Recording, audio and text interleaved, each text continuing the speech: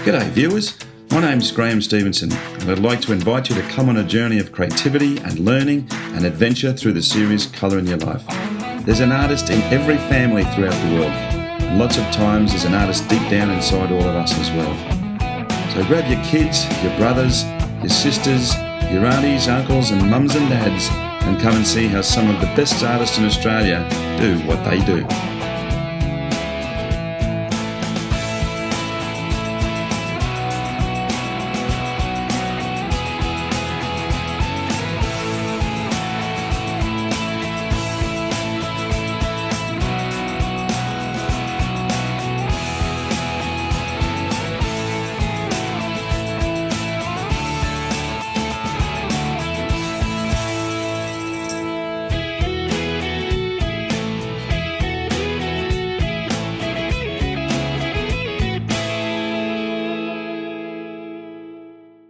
Well, g'day viewers and welcome back to Colour in Your Life.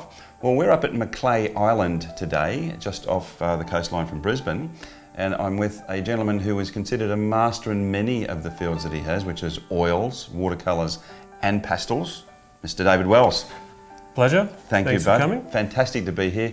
This man is a multi-award winning artist. When you see what this gentleman does, it's going to blow you away. That's the only thing that I can say. When I saw your work, it was like, oh my God. And we're really privileged to be here today in his studio. Now, tell me a little bit about your history. You've actually been the first Australian artist to appear on many of the major art magazines in America.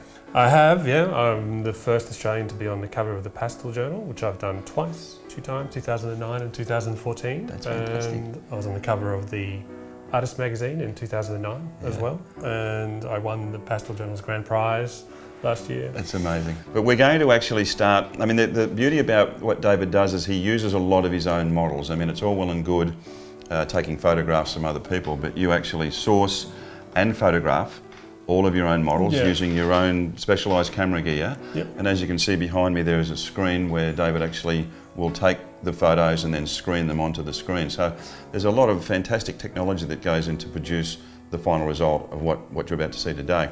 And also what David has done is he's prepared a couple of these pieces for us today, mainly because, once again, when you see the work, it is simply so detailed that it would be simply very difficult for us to sit here and... Yeah, I usually produce about one work a month, so it's between 100 and 300 hours, so not terribly practical from the point of view of shooting a television show. Yeah, but for today, obviously we're going to go through the process. Yes. But what I'm going to do is I'm going to move out a shot.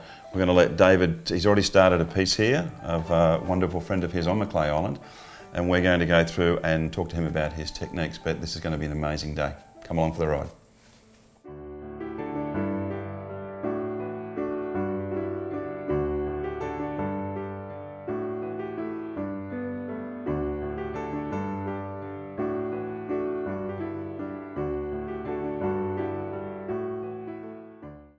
Okay Dave, we're going to make a start on this beautiful piece. Now I can see that you've already sketched out the lass with the white, but that's coloured paper. What type of paper is that?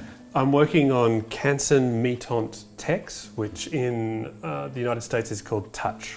It's the same product, it's just rebranded to avoid the confusion with textures. So what's actually happening is we've got a watercolour paper that's been primed with an acrylic primer that has sand in it, so it's effectively a sandpaper.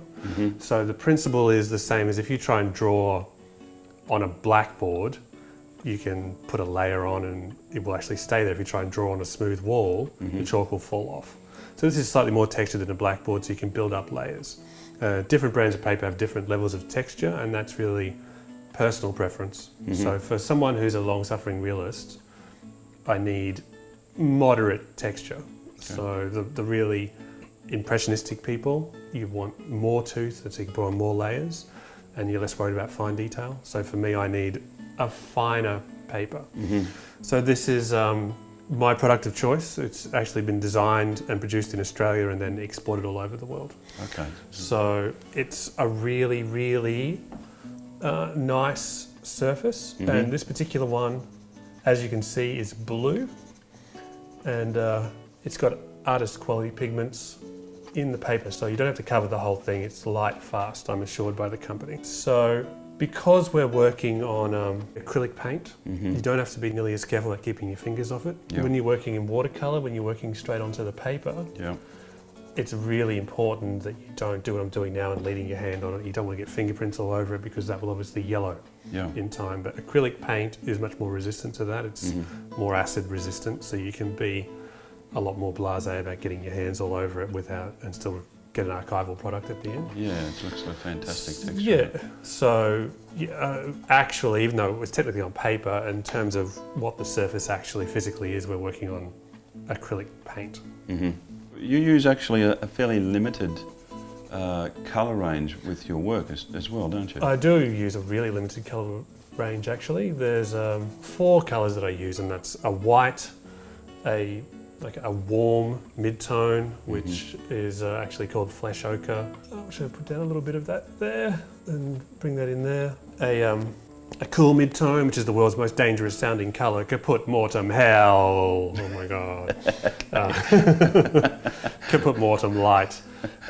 So this was the replacement for Mummy Brown, which, as people probably know, was actually made from mummies until in 1925 they ran out of mummies. That's right. the only reason why they stopped putting mummies in paint. That's a fantastic story. My goodness. It's been replaced by Caput Mortuum, which is synthesised. And I basically have the same colours in pastel pencils. Yep. So what I'm doing is using them as an underpainting, so I can kind of draw myself a little mud map, like so. And then once I get through there, I can use the pastel as the main colour because it's a soft pastel.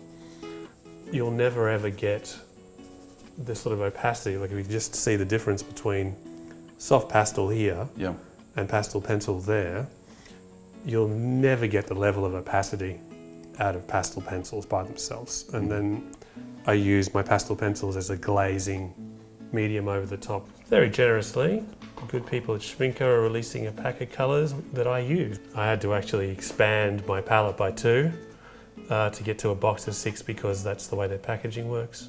I was initially an oil painter, so I kind of took my oil technique and goosed it to make it apply to pastels. Sure. Basically, I just made it up. But I've since discovered I'm not the only one that works this way. There's been quite a lot of people who've started off as oil painters and become pastelists because I think it's a very similar medium. It feels very similar to me. You've still got that layering effect all the way through. Yeah, you can build a layering effect all the way through and gradually build it up, and also it blends in a similar way. Yeah. And when I paint with oils, I don't mix a lot of colours on my palette. I really blend on the page. Yeah. So to me, it's a very direct conversion. Just sort of see by the magnificence of the way that you put these pieces together. I mean, they're unbelievable pieces of work. Thank you. It's kind of you to say. I don't really see myself that way. I just consider myself an artist like any other artist. Basically, your career started in 2004, the age of 26, so you've been doing it for 11 years now, but before that, you're actually a performance artist in circuses. I was, yes. I've worked for a lot of the big circuses in the country. I worked for Ashton's, I've worked with Silvers, I did a gig with my brothers for the 2000 Olympics. That's great. I worked with the English National Ballet, not as a dancer. They specifically said, do not dance. So we were in Swan Lake. I don't know if anyone has seen Swan Lake, but at the start there's a party. Yeah. And at the party they wanted to have jugglers, and that was us. Okay. So that was cool because that was in the entertainment centre and 10,000 people every night. And amazing. And we've done all the big festivals and performed all over Australia and internationally and all of that sort of thing. What actually brought you to where you are now? I mean, obviously you've practiced and you've learnt from some of the greats. I mean, who's influenced you to get to where you are right now? There's a guy called Claudio Bravo. I don't know if you know his work, but he was Chilean working in Morocco. Died as a very old man in 2010. He's one of the only pastelists that I'm really intimidated by technically. Yeah. He was a very disciplined man and he worked from a young age and he lived a long time. Yeah. Mostly focusing on still lives. We did beautiful figure work as well. I do a lot of life drawing. Yeah. If you're an artist of any kind, you should do life drawing regularly, in my opinion, because it's like weights training for your eyes. You know, you have to look. Yep. You really have to observe. It's really my intention to make something that looks like a drawing. Yeah. I could polish these a lot more than I do. I try and leave visible marks. I want it to look like a handmade object. I just want to stress that the way that I work is the way that I personally work. Yeah. It's not the be all and end all by any means. Artwork is like handwriting. And it's like a handwritten poem. If you come from a juggler's point of view, it's either in the air or on the ground, there's right or wrong. But with poetry or with art, there isn't right or wrong. Art should be for everyone, and I hate the elitism of it. Even though I have accidentally become part of the elite, I get invited to the big exhibitions and I've been into all of that sort of stuff. What I've discovered is the other artists, generally speaking, are not the people perpetrating that. High-level artists are just some guy trying to get by. You know, I've met a lot of people who've won the Moran Prize or won the Archibald Prize, those sort of calibre of artists. They work their butts off and they love what they do and they're just trying to get by. Now, the one thing that I love about your work is the composition. I mean, they're always sort of saying don't have the portrait or the face looking directly out of the picture, but yours works so well. You have these really fantastic negative spaces in your work. There's two reasons for that. One is I'm really influenced by the Eastern printmakers, Japanese, Chinese. They do that all the time. That's standard part of their composition. And my work is very linear, even though it is modelled in a way. It's primarily about line and about negative space. That's the key to it. Yep. And the second thing is with my work, time goes from left to right. Yeah. So if the figure in this case is looking to the left, she's referring to or thinking about the past. If she's looking to the right, dealing with the future, and looking straight out at you is in the present. I work very closely with my models. It's a collaborative work. Yeah. I ask them about what's going on in their lives and what they want to be painted, in what regard. I'm not a believer in saying, I'm the artist, you will look like this because I said so.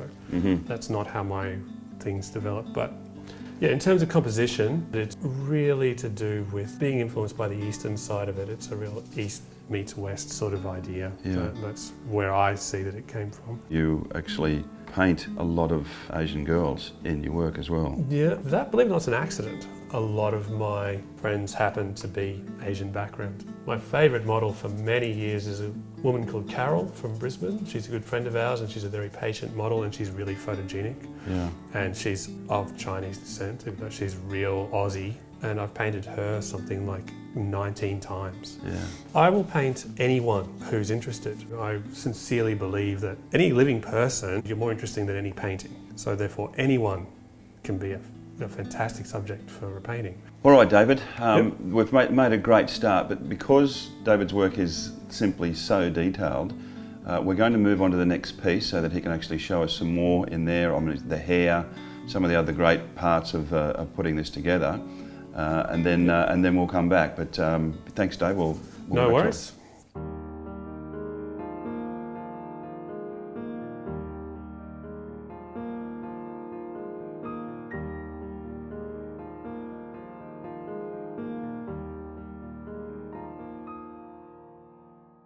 All right, Dave. Well, we've actually changed the pictures over so that yes, it's like we've already done one before. Yes. Here's one I prepared. Earlier. I feel like I needed it, you know. Well, there you go. Anyway. Well, what we can do with this one is, or you are going to demonstrate to us, is the hair. That's right. On this particular one. So how do we start that? Okay, so normally I choose a coloured page that doesn't fight the colour of hair I'm going to do. So really the choice of a blue page is because the hair is going to be blue.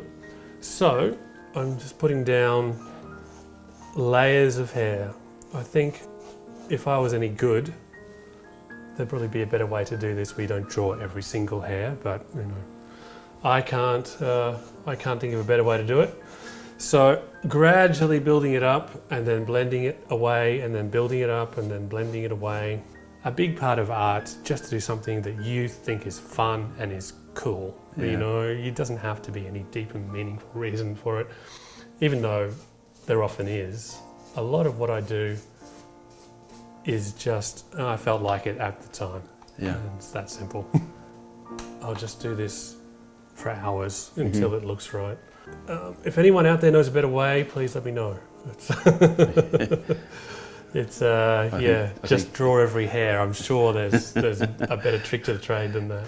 Your work has been so well recognised that the Duke and Duchess of Cambridge, William and Kate, have actually got a portrait of Kate hanging in their home, which is just amazing. Yes, it took me so long to find who took the photo so I could ask for permission. Turns out it was Mr. Tim Rook, who works for Rex Features, and he was very generous in waiving the fee and letting me use it, so cheers. She's a fantastic public figure. You know, I just had this tiny touch of the whirlwind because people couldn't get to her, and so I was kind of like, they were vicariously putting their affection for her onto me for a week, and it just about knocked my socks off. If I didn't have my partner Karen and the other islanders saving me from myself, I just wouldn't have, my team, I wouldn't have been able to do it. And I just caught the tiniest edge of it, and to look so relaxed and happy and everything's wonderful, I'm kissing babies.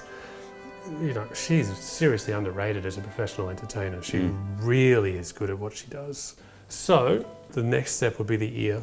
Okay. Because I need to wrap the hair around the ear, so I'll be cleaning up my edges. So this is a really good example actually of how I actually need to block things in with pastel pencils, because ears are really annoying shapes. Ears can be a lot redder than you realise. They have to be fairly red, but you can get away with even more red than that. If you look at some of Van Gogh's paintings, the ears are cadmium red. You don't really notice initially. I really researched his colour technique and everything like that, and the rumours of him being some crazy person, greatly exaggerated. He was very considered in what he did. Okay, Dave, seeing we're going to do this in stages, let's put up the other one. Yep. And then we'll go through and look at some of the final bits as well. Yeah, absolutely.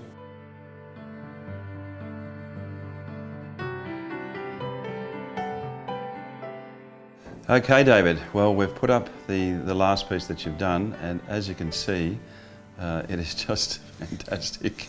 Yeah. The quality of your work is amazing, bud. But from here, we're going to go on to just do some work on the tattoo. So I'm just putting in the shapes. Alex actually designed this tattoo herself. She's a reasonably interesting artist in her own right. She doesn't really paint, just do a lot of drawing, a lot of digital art and poetry and that sort of thing. You've got a lot of artists around you. I mean, you were off to Hong Kong to do an exhibition over there, which you do really well at each year. Yep. And your partner, Karen, of many years, is an unbelievably talented artist as well.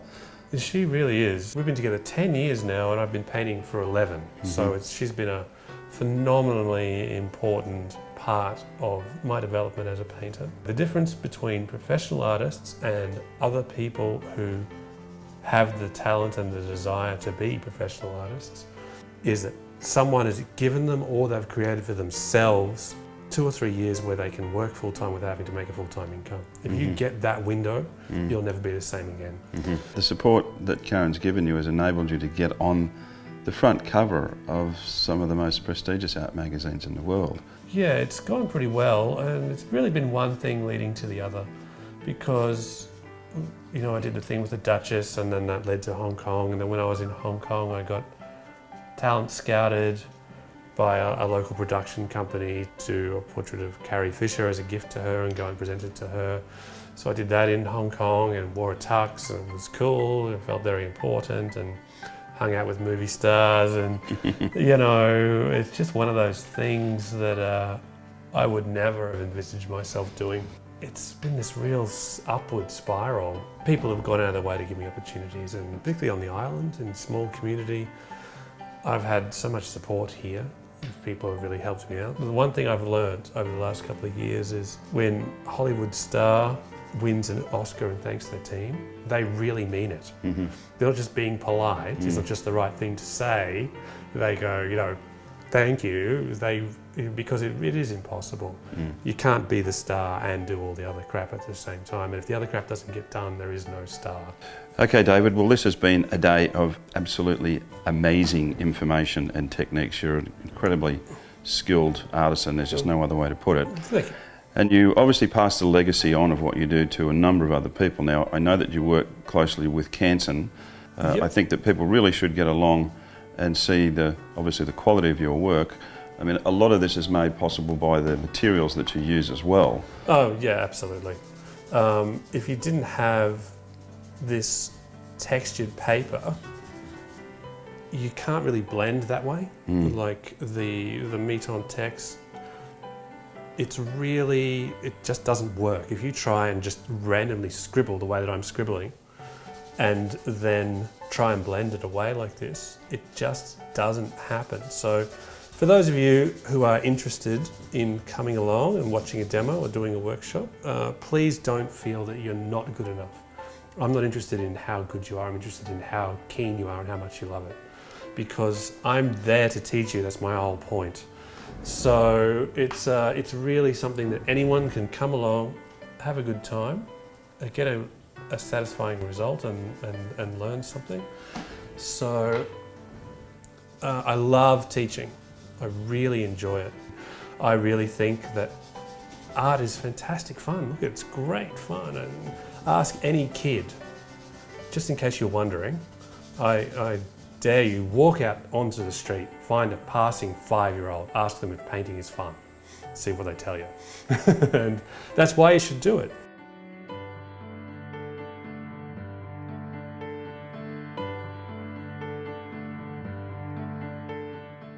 Okay guys, another fantastic day. David, thank you so much, bud. Thank you for having me. Absolute pleasure. Now before we go, as I said, David's been on the front cover of some of the major art magazines, and this is some of the leading art magazines in the United States, which is just fantastic. Now if somebody wants to come along and be part of your workshops or to even see some of this amazing work, what is your website? modernlifeform.com. .com, okay. And you can see my work and Karen's work on there as well. And fantastic. And so you've got some actually really great YouTube videos in there that David's actually done himself, which are really quite amazing. So go on and have a look at those as well. Obviously always colorinyourlife.com.au. Come in and see what we've got. Great website, so many things happening there these days. And also go to our Facebook page and like us as well. We have tens of thousands of people there these days. But we're going to move on. Dave, it was an amazing day. Incredibly talented man. Oh, don't forget the workshops as well. Very important. I mean, Canson's put these together with David right across Australia. I mean, in a lot of the stores, so you really need to get in there. And if you want to learn how to do this, that's the place to go to. So come in and say hi to him. Don't let anyone tell you couldn't do it. There you go. Great philosophy. Anyway, guys, we're going to head off. Remember, as I always say, make sure you put some colour in your life, and we'll see you next time. Bye now, guys.